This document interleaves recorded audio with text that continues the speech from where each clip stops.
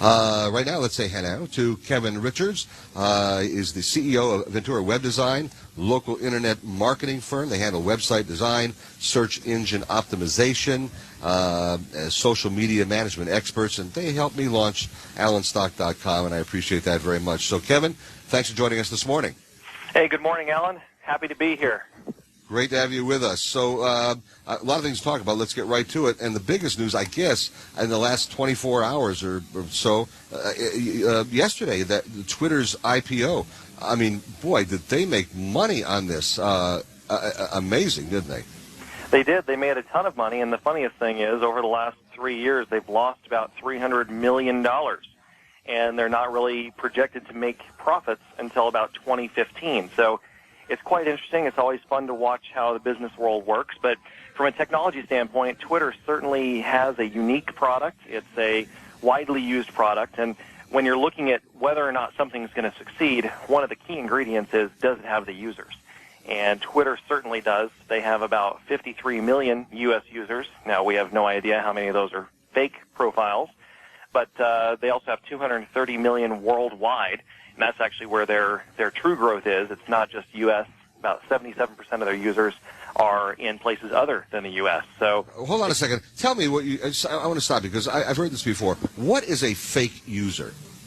Well, as a marketing company, we might choose to make 10 or 20 different profiles, and then we might go in there and all comment on a particular topic or try to influence people because, oh, well, there's 20 other people who are saying this, it must be true. Okay. Now, you heard a lot about that back in the presidential election. I can't remember which candidates it was, but I remember hearing a lot about fake Twitter profiles back then as well. It was Barry Soetoro, actually, I believe, Barack Obama. I think he's the one who actually did they had a lot of fake, and I wasn't sure what that meant exactly, and just sound dishonest. But in all fairness, I know Newt Gingrich had quite a few as well. He came out of the gate with like 100,000 Twitter followers, and that was the growth. Any social media person saw that and said, no, that's not true. So they, like I said, in all fairness, both sides of the aisle do it. Oh, I agree. I agree. I could get into that, but no, I want to stick with this. I hate to beat a dead horse with the Obamacare thing, but to come out and say that Kathleen Sebelius isn't responsible for the coding just drives me nuts. If somebody comes to my company and buys a website, if we don't deliver a website, are they going to come back to me and I get to say, well, I don't handle the coding necessarily. It's my guys. Let me see what I can do. Yeah, but the only thing that I would disagree with you on is that it's not Kathleen Sebelius. If you want to go to where the buck is supposed to stop, it would be with you at Ventura Web Design, and it would be with the president when it comes to this other issue. I mean, the buck wasn't Harry Truman that did that. The buck stops here, and that's right. And with Barack Obama, he's like the scarecrow, pointing his hands in both directions, going, the buck stops there, anywhere but here. So Truman anyway, had a sign on his desk, right? Said that. He had a sign on his desk that said that. Very, very famous sign. Real quickly on the Twitter situation. Now, how do they make money? They don't do advertising or anything like that. Well, they're starting to get into it. Just like radio, just like TV, when those first came out way back in the day, nobody thought they were going to be able to make money either. And they make money because they have users. And eventually, once you have users who are using your service on a daily basis, they're listening to you every single day, and they're enjoying that free service, eventually they're going to be willing to accept that you're going to insert advertising into that program. So Twitter is doing that now. Twitter is obviously behind Facebook. When Facebook rolled out, they did it a very interesting way. They didn't focus on sales up front. They focused on the user experience, which is great. And once they went live with their IPO, I, of course, being in the industry, saw it happening. As soon as the IPO happened, they also flipped the switch, and suddenly there were tons of Facebook salespeople pushing the advertising. So they were able to play the game and show growth immediately after launch.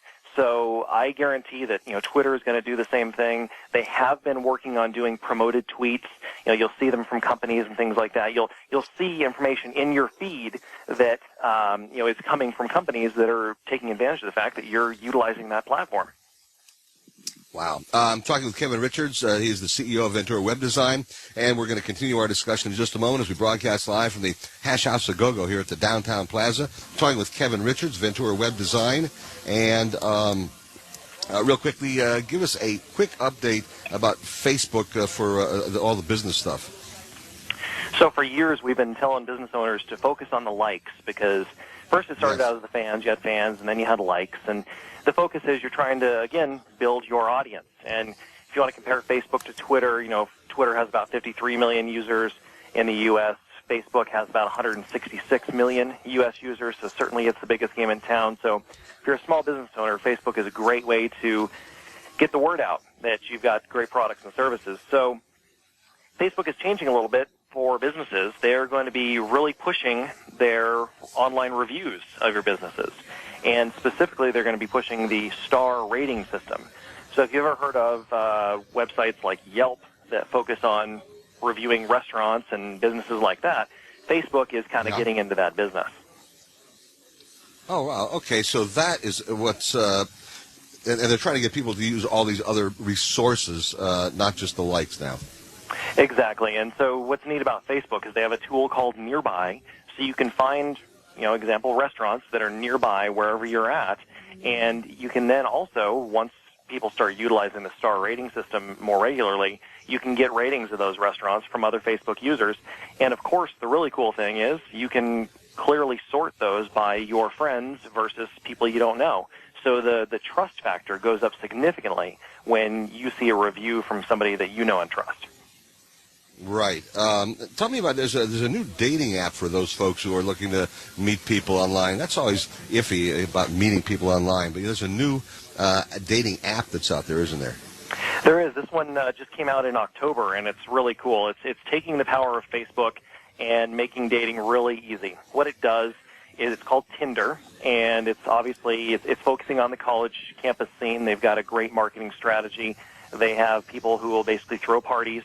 They will encourage you to download the app while you're at the party, and then the app can see that whoever signed up is physically near you. And what it does is it'll show you a picture. It'll show you your mutual friends if you have any. It'll show you how many likes you have in common with that person. And you can either put the thumbs up or the thumbs down if you'd like to meet that person. And then what it does for them is it's anonymously giving this information to the app. And then if the two of you, the person you've liked, also likes you, it'll let you both know that. It'll make a connection, and you guys can chat right there.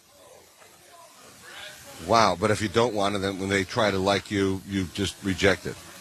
And that's the neat thing about it. That's why it's probably going to be very successful, because nobody really knows about the rejection. You're going through so many different profiles and people because it is using your Facebook data to populate the app. You would never know that somebody else said no, they don't want to meet you. Wow. Okay, we got very little time. Tell me about, give me just a less than a minute of some Apple news. Oh, Apple news, there's always some fun stuff.